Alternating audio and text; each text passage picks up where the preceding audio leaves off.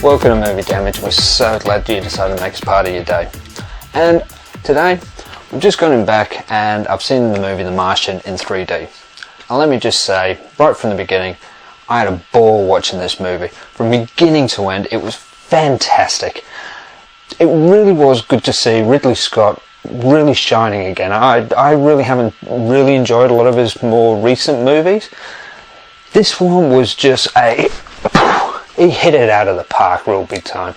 Now, basic plot, you've got Matt Damon's character, Mark Watney, and he basically gets stranded right at the very beginning of this movie. There's no lead up, it's just bang, he's stranded on this planet. He's just been left for dead, nobody knows he's alive, and he's basically got to do everything he can just to survive. And when you're thinking, can this situation get any worse for this character? Yes, it can. It can get a lot worse, and it does. Everything that can go wrong does go wrong. Now, we'll talk about Matt Damon as the main role.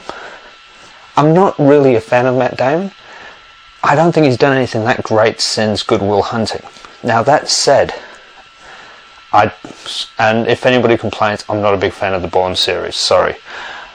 Now, that said, he was great in this movie. I was connected to this character. I was embedded in his survival story. I wanted him to win.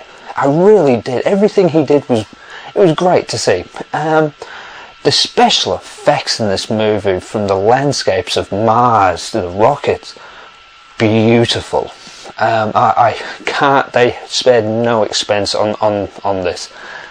Also, you had the script was really gripping. It wasn't played by numbers. There was a few little jokes inside the script as well. There's a joke going on behind the screens with disco music, and if anybody can ever find out what that joke is, let us know, because something's going on there.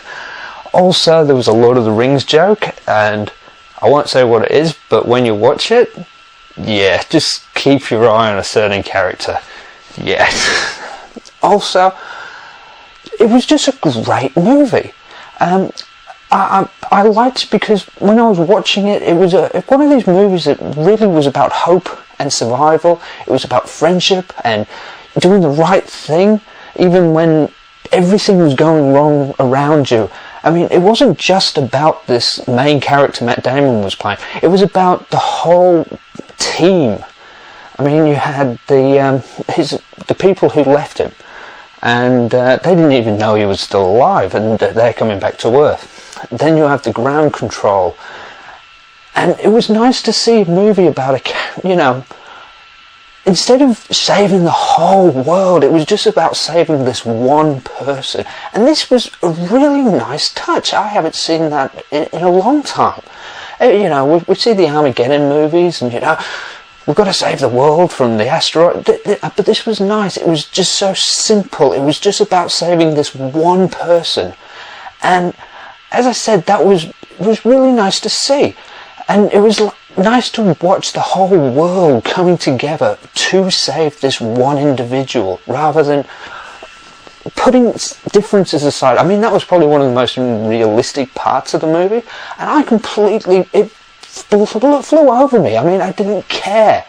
It was not, because it's nice to think that humanity could come together and do the right thing just for one person. I mean, maybe that's not something that doesn't happen very often, but it was good to watch it in a movie. Maybe it's unrealistic, and I hope I'm proven wrong one day. It was, as I said, I had a ball in this movie. Now, just the facts check. The movie's directed by Ridley Scott, as I said, and he did really good. The screenplay writer was Drew Goddard. The writer was Drew Goddard, and the book was actually written by a gentleman called Andy Weir. Now, it was great. I haven't read the book, but I will admit I think I might do it now, because this was such a good movie. And as I said, I really enjoyed so much of it.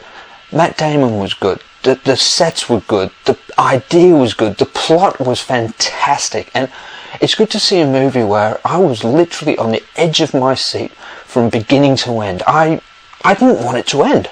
I'll be honest, I really didn't want it to end. But that said, when it did come to its ending, I was exhausted. Because, as I said, everything that could go wrong did go wrong, and they kept fighting, even to the very end. Now, all I can say is, the whole cast was great. I'm not going to name them all except for Sean Bean, and it's good to see him survive in a movie for a change. I knew you could do it, buddy. And yeah, everything was really, really well done.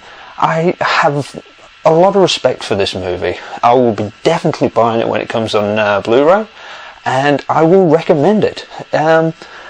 I can't really think why people wouldn't want to watch this movie. Now, that said, not everybody's got my taste, and also variety.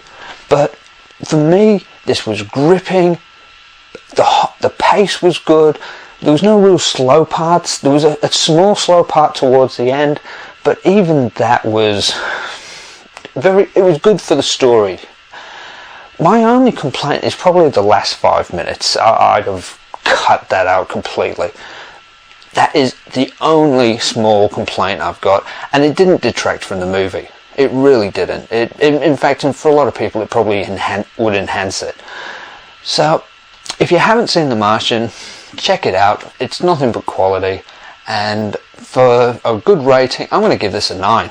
And I think that's my best rating this year, but it really deserved it. Now, if you like what you've seen here, press the subscribe button, because you don't know what we're doing next week. In fact, next week we're going to be doing a little thing on The Last Starfighter. So if you enjoy The Last Starfighter, come on down. It's Sci-Fi week. And maybe even press the like button. Until next time,